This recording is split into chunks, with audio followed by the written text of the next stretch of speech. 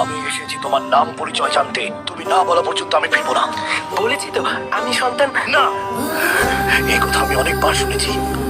তোমার এক খোদার কসম দিচ্ছি, তোমার পরিচয় দিয়ে আমাকে শান্ত করো।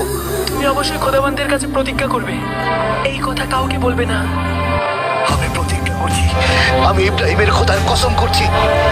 আমি ইউসুফ ইবনে ইয়াকুব ইবনে ইসহাক ইবনে ইব্রাহিম।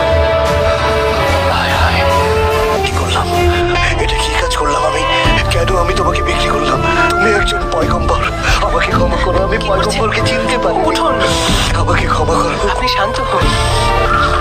জনাব সিপাহ সালার, আলী জনাব প্রতিফারের সাথে দেখা করতে চান তারা। জনাব প্রতিফলের সঙ্গে কি কাজ রয়েছে তোমাদের? আপনারা তাকে বলুন যে গতকাল যে গোলাম কিনেছে তার মালিক তার সঙ্গে দেখা করতে এসেছে। আমি জিজ্ঞেস করেছি কি কাজ রয়েছে তার সঙ্গে। আর তার কাছ থেকে কিছু বেশি মুদ্রা নেওয়া হয়েছে, আমি এটা তার কাছে ফেরত দিতে চাইছি। অপেক্ষা করো, দেখছি।